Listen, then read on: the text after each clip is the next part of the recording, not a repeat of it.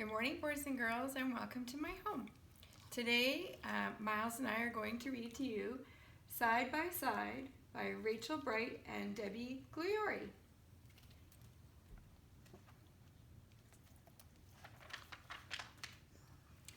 Deep in the heart of Wintermouse Wood, down in the grass where the autumn trees stood, lived all kinds of creatures, some big and some small, some spiky, some furry, some short, and some tall.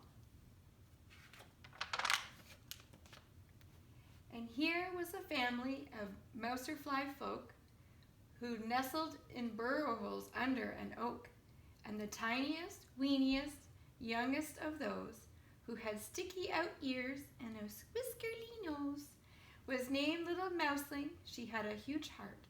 She loved times together, not ever apart. But being so small, she was sometimes left out when her brothers and sisters went up and about. She would scurry and skip as fast as she could, but they scattered so far across the Wintermouse Wood. "Wait for me," she would sing. "Don't run. Oh, don't hide. Is there anybody here who will stay by my side?" Well, in Wintermouse Wood, you don't have to wait long for one another to answer your song. "I'll stay by your side, be a friend when you need," came the voice of Toad Flip, who was down in the reeds. "We could bounce up and down and do backflips and jumps, then plop in the water and cool down our rumps." "How lovely," she said, since she longed to dive in. "I do like to bounce, but this mouseling can't swim." From high in the branches a voice echoed down. "Well, I'll be your friend," bellowed Big Squirrel Brown.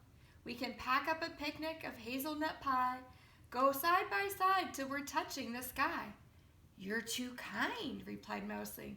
"We'll have such a time. And I do like nut pie, but I'm too scared to climb." Owl Hooty, she wanted to soar through the sky, but as everyone knows, of course, mouselings can't fly. Batty Fangs, he wanted to stay up until dawn, but even the thought of it made Mouseling yawn. She stared at the sky with her eyes big and wide. Would she ever find one who could stay by her side? And as dark came in shadows and rain dropped in drips, this mouseling ran out of her scurries and skips. She sat very quiet in her silvery fur.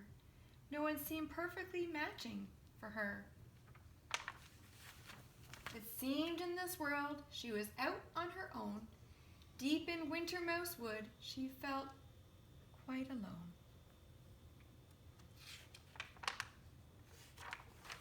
And that's where we're going to stop it for today, friends. And your job for today, for challenge number 3, is I would like you to draw or write, and write, what you think is going to happen to Mouseling. And then you can tweet it back to me so I can see all your cute little faces and see how your brains are getting bigger every day. See you tomorrow. Bye.